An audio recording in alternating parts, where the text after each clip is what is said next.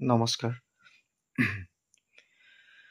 নমস্কাৰ পুনৰ এবাৰ মই BTC ইলেকশ্যনৰ লগত জড়িত নতুন এটা ভিডিঅ' লৈ আহিছোঁ আৰু আজিৰ ভিডিঅ'টোত মই একেবাৰে বহুত দৰকাৰী যিখন আমাৰ ফৰ্ম ফিল আপ কৰিব লাগিব সেই ফৰ্মখন লৈ আহিছোঁ।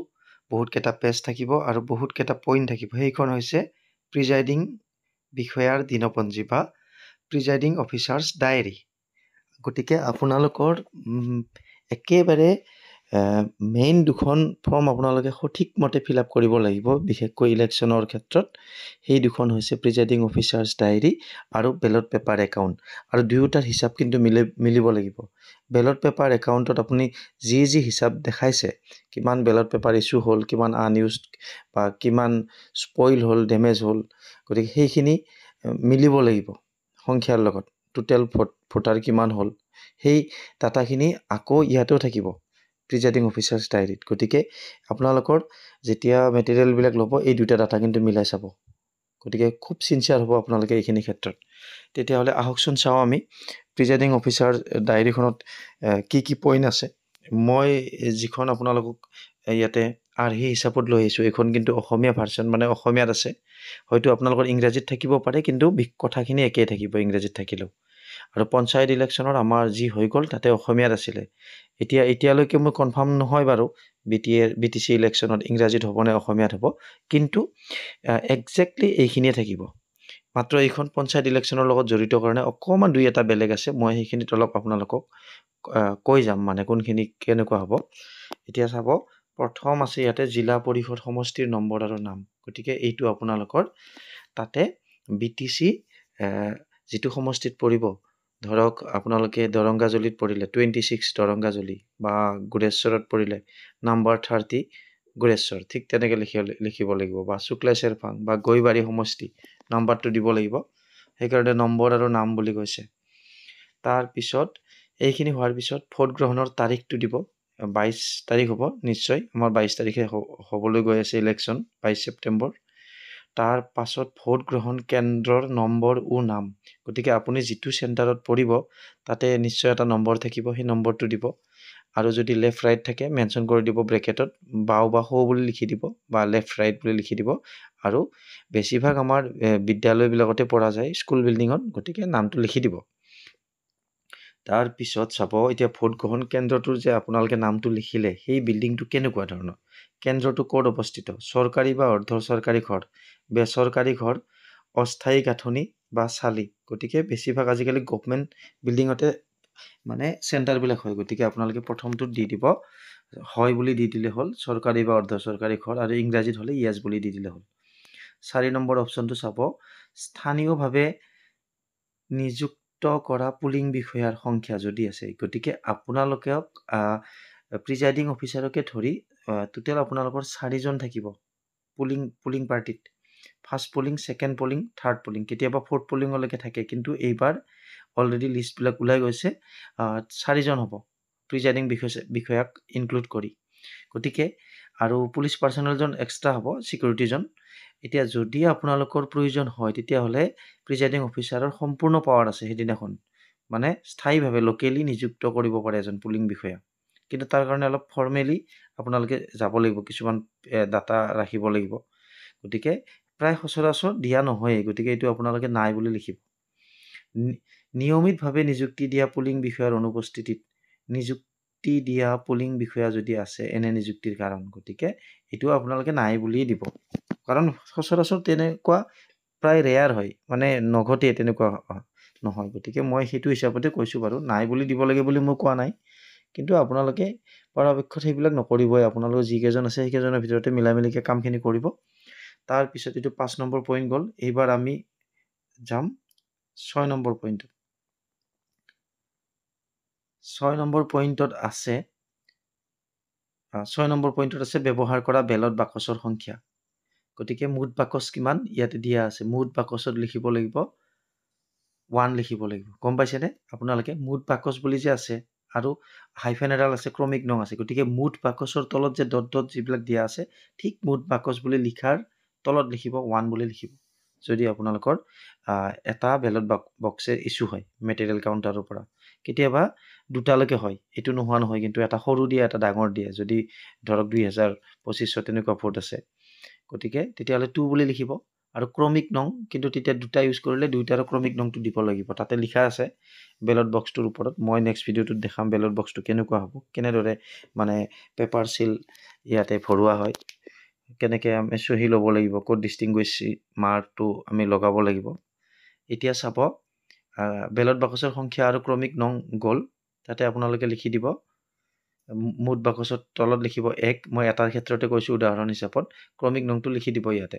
ব্যৱহাৰ কৰা কাগজৰ চিল মোহৰৰ সংখ্যা, গতিকে কাগজৰ পেপাৰ চিল একাউণ্ট যিটো ক'ব, গতিকে ইংৰাজীত হ'লেও আপোনালোকৰ এইখিনিয়ে থাকিব। গতিকে সচৰাচৰ এটাই ইউজ হয় যদি আপোনালোকৰ ডেমেজ নহয়। ধৰক কিবা টানোতে ফালি গ'ল, তেতিয়াহ'লে সেইটো আপোনালোকে ডেমেজ বুলি দেখাব পাৰিব। তেতিয়াহ'লে আপোনালোকে 2টা বুলি লিখিব লাগিব ইয়াত। ব্যৱহাৰ কৰা কাগজ চিল মোহৰৰ সংখ্যা কি এটাই হ'ব না, ইয়াতে এটাই দেখাব লাগিব, 2টা বুলি দেখাব নোৱাৰে। কিন্তু এই প্ৰথমটো চিৰিয়েল নাম্বাৰটো আপোনালোকে যদি বেয়া হৈ যায়, দ্বিতীয়টোৰ যিটো ইউজ আছে ইউজ কৰিব বেলট বক্সত, সেইটো নাম্বাৰটো লিখিব ইয়াতে। কিন্তু ইয়াতে বৰ্তমান সংখ্যা বুলি সুধিছে, আপোনালোকে সংখ্যাটো দিলেই হ'ল, ক্ৰমিক নম্বৰটো সোধা নাই, চিৰিয়েল নাম্বাৰটো। কিন্তু যিটো আপোনালোকৰ মানে ডেমেজ হৈ যায়, সেইটো কিন্তু আপোনালোকে পেপাৰ চিল একাউণ্ট বুলি এটা আছে, তাতে শ্ব' কৰিব লাগিব এটা ডেমেজ হৈছে ইমান নম্বৰটো, আৰু এটা খামত ভৰাই আনিব লাগিব। খামটো দিয়া থাকে, তাৰ পৰা এনভেলপ এটা দিব। 8 নম্বৰটো চাব পুলিং এজেণ্টৰ সংখ্যা আৰু যিসকল পলমকৈ আহিছে তেওঁলোকৰ সংখ্যা, মুঠ এজেণ্ট পলমকৈ উপস্থিত। ঠিক আছে, গতিকে পুলিং এজেণ্টৰ সংখ্যাটো তাতে দিলে হ'ল, আৰু মুঠ এজেণ্ট আৰু পলমকৈ উপস্থিত বুলি আছে। তো মুঠ এজেণ্টত আপোনালোকে ধৰক 15জন আহিছে, 15জন বুলি দিলে হ'ল। পলমকৈ আহিছে ধৰক 5জন দেৰিকৈ আহিছে আপোনালোকৰ ভোট গ্ৰহণ আৰম্ভ হোৱাৰ পিছত, গতিকে পলমকৈ উপস্থিতৰ তলত আপোনালোকে 5 দিব। ঠিক আছে, আৰু মুঠ এজেণ্টত কিন্তু 15ই লিখিব আপোনালোকে। আৰু তলৰখিনি নালাগে, কাৰণ জিলা ইয়াতে পঞ্চায়ত ইলেকশ্যনৰ ক্ষেত্ৰত হয় এইখন, ইয়াতে বহুতকেইটা অপশ্যন আছিলে। তাৰপিছত 9 নম্বৰটো চাব ভোট গ্ৰহণ কেন্দ্ৰত পুলিং এজেণ্ট নিযুক্তি দিয়া প্ৰাৰ্থীৰ সংখ্যা। এতিয়া পুলিং এজেণ্ট সকলো প্ৰাৰ্থীয়ে পুলিং এজেণ্ট নপঠায়। এটা উদাহৰণ দিছোঁ, যেনেকৈ BPFৰ কোনোবা এজন কেণ্ডিডেটে পঠালে, UPPLৰ পঠালে, BJPৰ জনে পঠালে, কংগ্ৰেছৰ জনে নপঠাবও পাৰে। গম পাইছেনে আপোনালোকে? কংগ্ৰেছৰ জনে নপঠাবও পাৰে। তেতিয়া আপোনালোকে কিন্তু ইয়াতে ধৰক 4জনে পঠাইছে, 5জন কেণ্ডিডেট আছিল, তেতিয়াহ'লে 4জন বুলি লিখিব লাগিব। এইটোৱে কথা। তাৰপিছত 10 নম্বৰটো চাব ভোটাৰ তালিকাৰ চিহ্নিত প্ৰতিলিপি অনুসৰি প্ৰদান কৰা বেলট কাগজৰ সংখ্যা। ইয়াতে কিন্তু আপোনালোকে দিব লাগিব বেলট কাগজৰ সংখ্যা কিমান। আপোনালোকে যদি 1000 পাইছে 1000 বুলি লিখিব লাগিব ইয়াতে। এইটো 10 নম্বৰ অপশ্যন গ'ল, এই পইণ্টটো গ'ল। এতিয়া আমি 10 নম্বৰ গ'ল এইটো, এইবাৰ আমি 10 নম্বৰ গ'ল। এইবাৰ আমি 10 নম্বৰ ভোট গ্ৰহণ কেন্দ্ৰত ব্যৱহৃত মুঠ বেলট কাগজৰ সংখ্যা। ইয়াতে ব্ৰেকেটত দিয়া আছে ভুৱা টেণ্ডাৰ্ড আৰু ভোট আৰু নাকচ হোৱা বেলট কাগজৰ হিচাপ অন্তৰ্ভুক্ত হ'ব। তাৰমানে ভোট গ্ৰহণ কেন্দ্ৰত ব্যৱহাৰ হোৱাৰ কথা কৈছে। গতিকে যদি কিবা কাৰণত টেণ্ডাৰ্ড বেলট ইউজ হয় বা নাকচ হোৱা বেলট কাগজৰ সংখ্যা কিন্তু আপোনাৰ ইউজ হৈছে, কিবা কাৰণত চিৰি গ'ল ইছ্যু কৰাৰ পিছত টান মাৰি দিওঁতে, গতিকে সেইবিলাকো কিন্তু আপোনালোকে লিখিব লাগিব। টোটেল যদি আপোনালোকৰ 2খন যদি 900খন ইউজ হ'ল, 2খন যদি স্পইল হৈছিল বা ডেমেজ হৈছিল, তাতে 902 বুলি লিখিব লাগিব।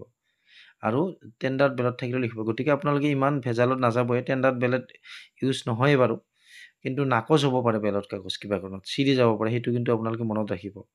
কাৰণ টোটেলত দেখাব লাগিব আপোনালোকে ভোট গ্ৰহণ কেন্দ্ৰত ব্যৱহৃত মুঠ বেলট কাগজৰ সংখ্যা। জিলা পৰিষদৰ সদস্য, এইবিলাক বাৰু দৰকাৰ নাই, এইটো পঞ্চায়ত ইলেকশ্যনৰ ক্ষেত্ৰত। তাৰপিছত ইয়াতে আপোনালোকে চাব, ইয়াতে আছে প্ৰথম পুলিং বিষয়াৰ চহী, ফাৰ্ষ্ট পুলিং এজেণ্ট ছিগনেচাৰ, এইটো ফাৰ্ষ্ট পুলিং এজেণ্ট নহয়, ফাৰ্ষ্ট পুলিং অফিচাৰ ছিগনেচাৰ, এইটো ইয়াতে লাগিব।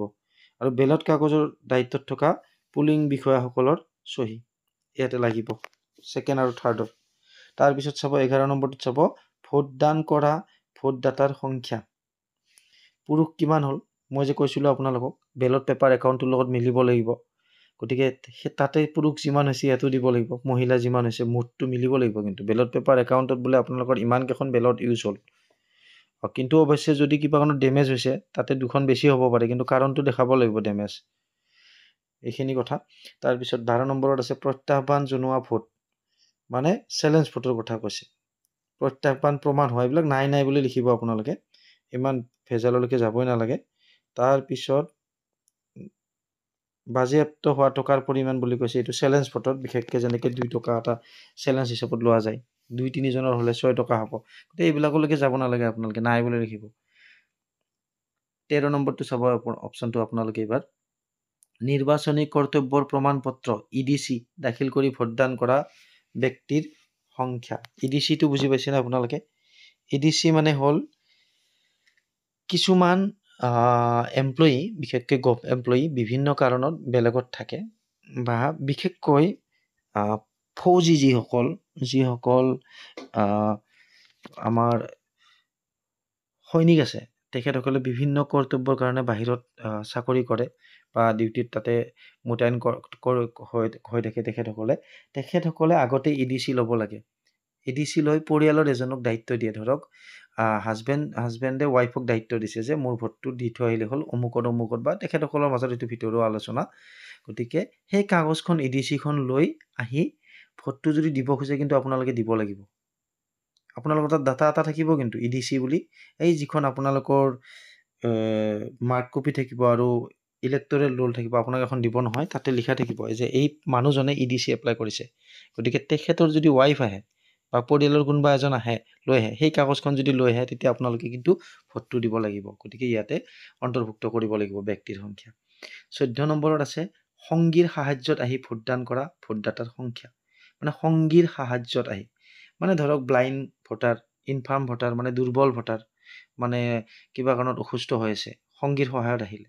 গতিকে আপোনালোকে এইবিলাকলৈকে যাব নালাগে, নাই বুলি লিখিব এইটো। আৰু থাকিলে আপোনালোকে এণ্ট্ৰি কৰিব লাগিব। তাৰ কাৰণে কিন্তু আৰু এক্সট্ৰা ফৰ্ম আছে, ব্লাইণ্ড ভোটাৰৰ কম্পেনিয়ন ডিক্লাৰেশ্যন। গতিকে সেইবিলাক কৰিব লাগিব। এতিয়া জেনেৰেলি এইবিলাক নঘটে বাৰু, তেনেকুৱা নহয়, সেইখিনি আপোনালোকে মেনেজ কৰিব, নাই বুলি লিখিলে হ'ব। তাৰপিছত 15 নম্বৰ ভুৱা টেণ্ডাৰ ভোটৰ সংখ্যা, এইটো নাই বুলি লিখিব। তেনেকুৱা ঘটনা প্ৰায় নহয়েই, আৰু আপোনালোকে মেনেজ কৰিব এইখিনি। তাৰপিছত 16 নম্বৰটো ভোটদাতাৰ সংখ্যা, যাৰ পৰা বয়সৰ ঘোষণাপত্ৰ লোৱা হৈছে, যি এনে ঘোষণাপত্ৰ দিবলৈ অস্বীকাৰ কৰিছে। মানে ভোটদাতাৰ সংখ্যা মানে কোনোবা তাৰমানে আপুনি ধৰক ভোট দিব আহিছে কিন্তু 18 বছৰৰ সৰু যেন আপোনাৰ অনুভৱ হৈছে, তেতিয়া আপুনি এজ ডিক্লাৰেশ্যন ফৰ্মত যায়, মানে আণ্ডাৰটেকিং, মানে সেনেকুৱা হিচাপত হয়, চহী কৰিব দিব লাগে যে ল'ৰাজনৰ, আৰু ভেৰিফাই কৰিব লাগে। গতিকে ঘোষণাপত্ৰত কেইজনৰ লোৱা হৈছে, বা কিছুমানে ঘোষণাপত্ৰ দিবলৈ অস্বীকাৰ কৰে, গতিকে তাতে ইনক্লুড কৰিব লাগিব যে এজনে অস্বীকাৰ কৰিলে, দুজনে কৰিলে, ঠিক তেনেকুৱা ধৰণৰ। গতিকে এইবিলাক নাই বুলি লিখিব আপোনালোকে। ভোট গ্ৰহণ কাৰ্য স্থগিত কৰাৰ প্ৰয়োজন হৈছিল নেকি? যদি হৈছিল, এনে স্থগিতকৰণৰ কাৰণ। গতিকে কিবা কাৰণত ধৰক EVM যদি থাকিল হয়, কিবা কাৰণত বিজুতিৰ কাৰণে তেনেকুৱা হয়, বা বেটাৰী ৰিপ্লেচমেণ্টৰ, গতিকে সেইবিলাক লিখিব লাগে। কিন্তু ইয়াতে বেলত কাগজ যিহেতু এইবিলাক আপোনালোকে নাই বুলিয়ে লিখিব। ভোটদানৰ সংখ্যা, গতিকে সেইটো সংখ্যা লিখিব। এইটো হ'ল 2 আৱাৰ্ছ ৰিপৰ্টৰ ক্ষেত্ৰত কৈছে, চাব দেই আপোনালোকে, পুৱা 8 বজাৰ পৰা 10 বজালৈ। গতিকে আপোনালোকে যে ছেক্টৰক যে 2 ঘণ্টাৰ মূৰে মূৰে ৰিপৰ্ট দি থাকিব লাগিব, কিমান হ'ল, গতিকে তাৰ লগত মিলিলে বেছি ভাল। আপুনি কাগজ এখনত লিখি ৰাখিব, ভোটদানৰ সংখ্যা পুৱা 8 বজাৰ পৰা 10 বজালৈ কিমান হ'ল। ফাৰ্ষ্ট পুলিঙৰ পৰা আপুনি এইখিনি ডাটা আগতেই ল'ব লাগিব। আগতে লৈ আকৌ ফোন কৰিলে আপুনি ছেক্টৰক কৈ থাকিব লাগিব যে 8টাৰ পৰা 10টা 2 ঘণ্টা হ'ল, ইমানজন হৈছে। নেক্সট আকৌ তাৰ পৰা আৰম্ভ হ'ব। গতিকে 10টাৰ পৰা কিমান হৈছে 12 বজালৈ, 12ৰ পৰা 2 বজালৈ, 2ৰ পৰা 4 বজালৈ, সেইখিনি ডাটা আপুনি ইয়াত ইনক্লুড কৰিব।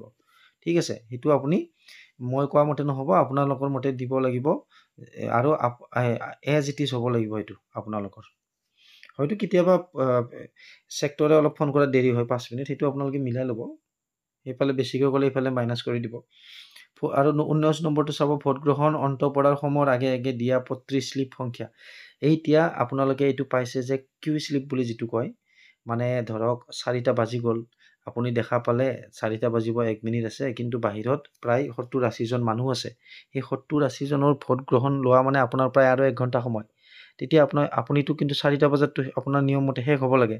গতিকে তেতিয়া কি কৰিব, আপুনি বাহিৰত যাই ঘোষণা কৰিব লাগিব যে এতিয়া 4 বাজি গৈছে, আমি আনুষ্ঠানিকভাৱে আৰু নতুনকৈ ভোটাৰক আমি সোমাব নিদিওঁ আমাৰ কেন্দ্ৰত, যিকেইজন আছে আমি শ্লিপ এটাকৈ দিম, আৰু আপুনি একেবাৰে শেষৰজনক 1 নম্বৰটো দিব, তাৰ পিছৰজনক 2 নম্বৰটো, এনেকৈ আহি ধৰক 80 জন আছে, আপোনাৰ সন্মুখত থকাজনক যিজনে ভোট দিব আৰু তেখেতে 80 নম্বৰটো পাব। 80ৰ পিছত 79, তেনেকৈ গৈ আপোনালোকে শ্লিপবিলাক ল'ব, আকৌ দিব যিহেতু আপোনালোকক। আৰু আপোনালোকৰ যদি বাউণ্ডাৰী আছে চেণ্টাৰত আপোনালোকে গেটখন মাৰি দিয়াৰ ব্যৱস্থাটো কৰিব 4 বজাৰ লগে লগে। তাৰপিছত কেতিয়াবা কিন্তু এনেকুৱা হয় ধৰক আপোনালোকক 100খন শ্লিপ দিছে, মই নিজৰ এক্সপিৰিয়েঞ্চৰ ফালৰ পৰা কৈছোঁ 100খন শ্লিপ দিছে কিন্তু দেখা পালে 120জন আছে। গতিকে আপোনালোকে 50-60খন শ্লিপ আগৰ দিনাখনেই ব্লেংক কাগজত নাম্বাৰটো লিখি আপোনাৰ চিল এণ্ড ছিগনেচাৰ দি ইছ্যু কৰি থৈ দিব। ধৰক 100লৈকে দিছে আপোনালোকে তেতিয়া 101ৰ পৰা বনাব 150লৈকে, 1ৰ পৰা নহয়। তাৰপিছত আছে চাব 20 নম্বৰত আছে নিৰ্বাচনী অপৰাধ সম্পৰ্কত নিম্নলিখিত ঘটনাসমূহৰ সংখ্যাসহ বিতং। ভোট গ্ৰহণ কেন্দ্ৰৰ 100 মিটাৰ অন্তৰ্গত এলেকাত নিৰ্বাচনী প্ৰচাৰ চলিছিল নেকি? নাই বুলি দিব লাগিব, কাৰণ আছে বুলি দিলে আপোনাৰে অসুবিধা হ'ব। বেলেগ ভোটদাতাৰ নামত ভোট দিবলৈ অহাৰ ঘটনা, মানে এইটো প্ৰক্সি ভোট যিটো আছে, গতিকে সেইটোতো আপোনালোকে নাই বুলিয়ে দিব লাগিব। অসৎভাৱে ভোট গ্ৰহণ কেন্দ্ৰৰ জাননী তালিকা অন্যথা নথিপত্ৰ বিকৃত কৰা ধ্বংস কৰা, এইবিলাক নাই বুলি দিব। ভোটদাতাক ভেটি দিয়া নাই বুলি দিব। ভোটদাতা আৰু অন্য লোকৰ ভীতি প্ৰদৰ্শন নাই বুলি দিব। তাৰপিছত 21 নম্বৰটো চাব কোনো কাৰণত ভোট গ্ৰহণত বাধাপ্ৰাপ্ত বা স্থগিতকৰণ হৈছিল নেকি? কণ্ডল, শৃংখল, মুকলি, প্ৰাকৃতিক দুৰ্যোগ, কেতিয়াবা ধৰক প্ৰাকৃতিক দুৰ্যোগ কাৰণে লিখিব লাগিব আপোনালোকে, এইবিলাক নাই নাই নাই নাই দি দিব আপোনালোকে গোটেই। তাৰপিছত 22 নম্বৰটো চাব নিম্নলিখিত কোনো কাৰণত ভোট গ্ৰহণ প্ৰক্ৰিয়া নিষ্ফল কলুষিত হৈছিল নেকি? কড আছে ভোট গ্ৰহণ কেন্দ্ৰত ব্যৱহৃত বেলট বাকচ প্ৰিজাইডিং বিষয়াৰ জিম্মাৰ পৰা বেআইনীভাৱে লৈ যোৱা, নাই বুলি দিব। 2 নম্বৰত আছে ক্ষতিসাধন বা বিকৃত কৰা হৈছিল, নাই বুলি দিব। খ নম্বৰ কোনো ব্যক্তিৰ দ্বাৰা অবৈধভাৱে বেলট কাগজ চিহ্নিত কৰি বেলট বাকচ জমা দিয়া হৈছিল, নাই বুলি দিব। 23 নম্বৰ চাব 23 নম্বৰটো চাব আপোনালোকে প্ৰাৰ্থীসকলে কোনো গুৰুতৰ অভিযোগ আছে নেকি? নাই বুলি দিব। আইন শৃংখলা ভংগ হোৱা ঘটনাৰ সংখ্যা, এইটো নাই বুলি দিব। ভোট গ্ৰহণ কেন্দ্ৰত সংঘটিত কৰা ভুল আৰু অনিয়মৰ যদি আছে, নাই বুলি দিব। এতিয়া চাব আপোনালোকে প্ৰায় নাই নাই পাইছে হয়নে? গতিকে নাই নাই লিখি লিখি আপোনালোকৰ বা ন লিখি লিখি অভ্যাস হৈ যাব আপোনালোকৰ। গতিকে 26 নম্বৰ পইণ্টটো চাব কিন্তু ভোট গ্ৰহণ কৰা আৰম্ভ কৰাৰ আগে পৰৱৰ্তী বেলট বাকচ ব্যৱহাৰ কৰাৰ আগে বা ভোট গ্ৰহণ শেষ হোৱাৰ পিছত প্ৰয়োজনীয় ঘোষণা কৰা হৈছিল নে? আপোনালোকে ডিক্লেৰেশ্যন দিব লাগিব নহয় বিফৰ কমেন্সমেণ্ট অফ পোল, যিটো মানে আৰম্ভ হোৱাৰ আগত, আৰু কি আছিল আফটাৰ যিটো আমাৰ এণ্ডিং অফ পোল, সেইটো দিব লাগিব। আফটাৰ এণ্ড অফ পোল যিটো আছে ডিক্লেৰেশ্যন, সেইটো দিব লাগিব। গতিকে আপোনালোকে কি কৰিব লাগিব? ইয়েছ বুলি লিখিব লাগিব, হয়। কাৰণ দিয়া নহৈছিল বুলি ক'লে আপুনি কিন্তু ফচি যাব, কাৰণ এইটো এটা নিয়মেই, ডিক্লেৰেশ্যন কৰিব লাগে। তলত কিন্তু 2খন ডিক্লেৰেশ্যন ফৰ্মতো পুলিং এজেণ্টসকলৰ চহী লাগিব। মই নেক্সট ভিডিঅ'টোত মই লৈ আহিম কেনেকুৱা ধৰণৰ ডিক্লেৰেশ্যন ফৰ্ম 2খন, আৰু স্থানটো লিখিব তাতে, যিটো স্থানত আপোনালোকে পৰিছে, চেণ্টাৰটোৰ নাম আৰু ঠাইখনৰ নাম, গাঁৱৰ তাৰিখটো দিব। তাৰপিছত প্ৰিজাইডিং অফিচাৰে ছিগনেচাৰ দিব ইয়াতে। গতিকে এইখন যদিও অসমীয়াত দিছোঁ, ইংৰাজীত ছেম টু ছেম হ'ব আপোনালোকৰ। গতিকে আজিৰ ভিডিঅ'টোত এইখিনিয়ে আছিলে। আশা কৰোঁ আপোনালোকক কিছু হ'লেও সহায় কৰিব ভিডিঅ'টোৱে, আৰু যদি কিবা এক্সপ্লেনেশ্যন কৰাত ভুল ভ্ৰান্তি ৰৈ যাব পাৰে বাৰু, যিহেতু ময়ো মানুহে, গতিকে আপোনালোকে এইখিনি মাৰ্জনা কৰিব। আৰু ভিডিঅ'টো শেষলৈকে চোৱাৰ বাবে আপোনালোক সকলোলৈকে ধন্যবাদ জ্ঞাপন কৰিছোঁ।